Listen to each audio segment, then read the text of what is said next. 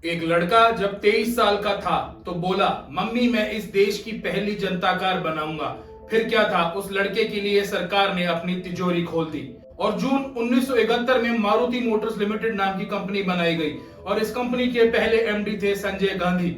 28 का हुआ तो बोला, मम्मी मैं इस देश की सारी समस्याओं का हल निकाल दूंगा और तमाम मंत्री और मुख्यमंत्री उसके सामने हाथ बांध के खड़े हो गए। और जब वो 33 का हुआ तो 8 राज्यों के मुख्यमंत्री और 250 से ज्यादा एमपी उसके नाम की कसमें खाते थे। 26 जून 1975 को देश में इमरजेंसी लगाई गई। देश संकट में नहीं था, संकट में थी इंदिरा गांधी। इमरजेंसी के दौरान उन्होंने 20 पॉइंट प्रोग्राम लॉन्च किया। उसमें फैमिली प्लानिंग भी एक पॉइंट था और उसके तहत एक अजीबोगरीब लेकिन अमानवीय योजना चलाई गई। बढ़ती आबादी को रोकने के लिए जबरन पुरुष नसबंदी करवाई गई। गवर्नमेंट टीचर और गवर्नमेंट एम्प्लॉय को टारगेट दिया जाता था कि यदि आप एक निश्चित संख्या में लोगों की नसबंदी करवाते हैं तो उनको 50 से 100 रुपए मिलेंगे। कुल 62 लाख लोगों की नसबंदी करवाई गई और करीब 2000 लोगों की इसमें मौत हो गई। ये आंकड़ा जर्मनी के नाजीज द्वारा करवाई गई नसबंदी से करीब 15 गुना ज्यादा था। इस जबरन नसबंदी का श्रेय जाता है संजय गांधी को।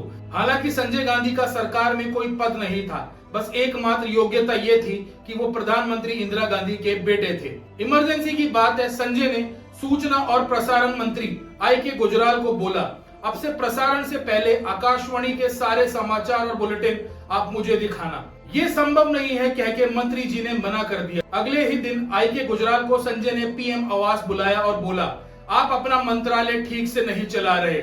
इसके कुछ दिन बाद आई.के. गुजराल को फोन करके संजय गांधी ने बोला कि बीबीसी के दिल्ली ऑफिस को बंद कर उसके चीफ को गिरफ्तार कर लो। इस काम के लिए भी आई.के. गुजराल ने मना कर दिया। फिर क्या हुआ, उस दिन शाम को संजय ने उन्हें उनके मंत्री पद से हटाकर अपने करीबी विद्याचरण शुक्ला को नया मंत्री बना दिया। फिर बात आई 20 पॉइंट प्रोग्राम के प्रमोशन की। संजय चाहते थे कि इसका गुणगान गानों और गीतों के माध्यम से किया जाए।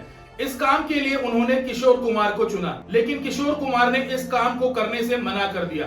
किशोर कुमार को सबक सिखाने के लिए आकाशवाणी और दूरदर्शन पे किशोर कुमार के सभी गानों के प्रसारण पे बैन लगा दिया। जिन फिल्मों में उन्होंने अभिनय किया था उन फिल्मों को बैन कर दिया और गानों के ग्रामोफोन रिकॉर्ड्स की सेल पे भी प्रतिबंध लगा दिया। सन 1977 में चुनाव हुए और कांग्रेस के हाथ से सत्ता निकल गई। इसी दौरान संजय ने पहली बार अमेठी से चुनाव लड़ा, लेकिन जनता पार्टी के वीरेंद्र सिंह ने उन्हें 56,000 वोटों से हराया था। मगर महज 2-2.5 साल में देश को समझ आ गया था कि जनता पार्टी के नाम पे जो लोग इकट्ठे हुए हैं वो इस देश पे शासन करने की काबिलियत नहीं रखते। 1980 में इंदिरा की सत्ता में वापसी का श्रेय उनके बेटे संजय गांधी को दिया जाता है, जिन्होंने टिकट वितरण किया और युवाओं को मौके दिए। इतना ही नहीं, जब इंदिरा वापस सत्ता में आई तो संजय की सलाह पर ही उन्होंने 9 राज्यों में जहां विरोधी दलों की सरकार थी वहां विधानसभा भंग कर दी। दोबारा चुनाव हुए और 8 राज्यों में कांग्रेस सत्ता में लौटी और इन राज्यों के मुख्यमंत्री भी संजय ने ही चुने थे। संजय जिस तरह से सियासत करते थे उनकी निजी फितरत भी बिल्कुल वैसी ही थी, खतरों से बेपरवाह होकर खेलना। कहा जाता है कि धीरेन्द्र ब्रह्मचारी प्रधानमंत्री इंदिरा के योग गुरु थे और उनके आवास पे ही उनका आश्रम सा चलता था। ये वाक्य है 21 जून 1980 का। संजय की मौत से 2 दिन पहले धीरेन्द्र कश्मीर से चार्टर्ड प्लेन से वापस लौटे। एयरपोर्ट पे उनकी मुलाकात संजय से हुई। आओ आपको संजय गांधी की स्टाइल में एक बार फिर से हवा में सैर करवाता हूँ। धीरेन्द्र ने कहा, मैंने तुम्हारे किस्से सुने हैं, मुझे बख्श दो। अगले दिन संडे था और इस बार आर.के. धवन संजय की बातों में आ गए। संडे को संजय सफदरगंज एयरपोर्ट के फ्लाइंग क्लब में एक प्लेन उड़ाने के लिए निकले।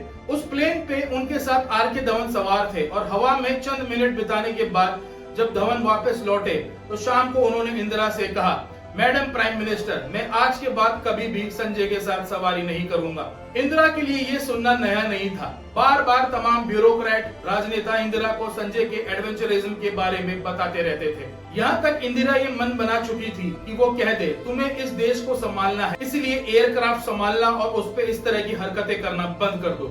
लेकिन इंदिरा संजय को ये बात नहीं कह पाई और उसके बाद उन्हें अपने जवान बेटे की लाश पे हफक हफक के रोना पड़ा। अब बात है 23 जून की। प्रधानमंत्री की आवास से सुबह 7:15 बजे संजय घर से सफदरगंज एयरपोर्ट के लिए रवाना होते हैं। उस दिन वो बहुत ही खुश थे क्योंकि वो एक नया पिट्स S2 विमान चलाने वाले थे और ये विमान था इंदिरा के योग गुरु धीरेन्द्र ब्रह्मचारी का। विमान कुछ ही देर हवा में था कि अचानक नीचे आ गिरा और पेड़ में अटक गया। संजय की लाश को पेड़ से उतारा गया।